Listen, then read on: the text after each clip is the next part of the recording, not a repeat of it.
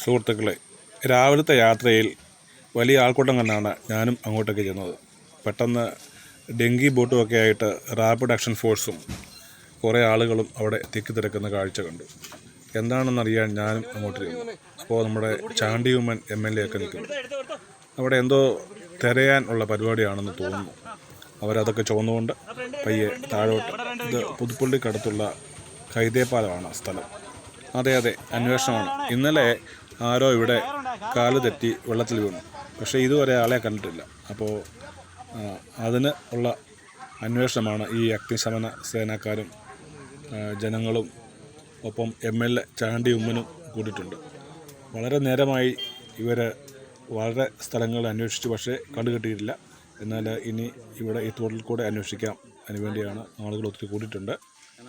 ഇന്നലത്തെ കാലാവസ്ഥയായിരുന്നെങ്കിൽ ഈ പരിപാടിയൊന്നും നടക്കത്തില്ല. കാരണം തോരാതെ പെയ്യുന്ന മഴയായിരുന്നു. പക്ഷേ ഇന്ന് പൊതുവെ മഴയില്ല, നല്ല തെളിഞ്ഞ കാലാവസ്ഥയാണ്. അപ്പോൾ ഈ അന്വേഷണത്തിന് സാധിക്കും. കാരണം മഴയില്ലല്ലോ. ചാണ്ടിയുമ്മ ഒരുങ്ങി അങ്ങോട്ട് പോകുന്നുണ്ട്, ഒപ്പം റാപ്പിഡ് ആക്ഷൻ ഫോഴ്സിൻ്റെ ആളുകളും.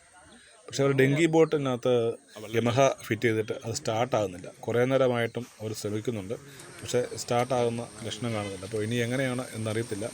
എന്നിരുന്നാലും ആളുകളൊക്കെ റെഡിയായിട്ടുണ്ട്. അവരൊക്കെ സ്യൂട്ടൊക്കെ ധരിച്ച് വെള്ളത്തിൽ ഇറങ്ങുവാനായിട്ടുള്ള പരിപാടിയിലാണ്. കുറേ ആളുകൾ കുറച്ച് മുമ്പേ വെള്ളത്തിൽ നീന്തിപ്പോയിട്ടുണ്ട് മുന്നോട്ട്. അപ്പോൾ അന്വേഷണം അങ്ങനെ നടക്കുന്നു.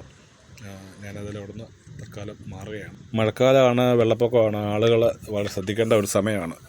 അറിയാതെ കാൽ തെറ്റി വീണാൽ കുത്തൊഴുക്കാണ് പല തോടുകളിലും. നിലയില്ലാ കായങ്ങളുമാണ്. അറിയാതെ പെട്ടുപോയാൽ മരണ ഉറപ്പാണ്. അപ്പോൾ ശ്രദ്ധിക്കുക.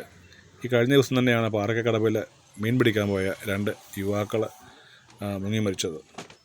എല്ലാ വെള്ളപ്പൊക്കത്തിനും നമ്മുടെ നാട്ടിൽ ധാരാളം ആളുകൾ ഇങ്ങനെ മരിക്കുന്നുണ്ട്. ചിലതൊക്കെ അനാസ്ഥ കൊണ്ടാകാം. എന്നിരുന്നാലും ഇതൊക്കെ ദൗർഭാഗ്യമല്ലേ.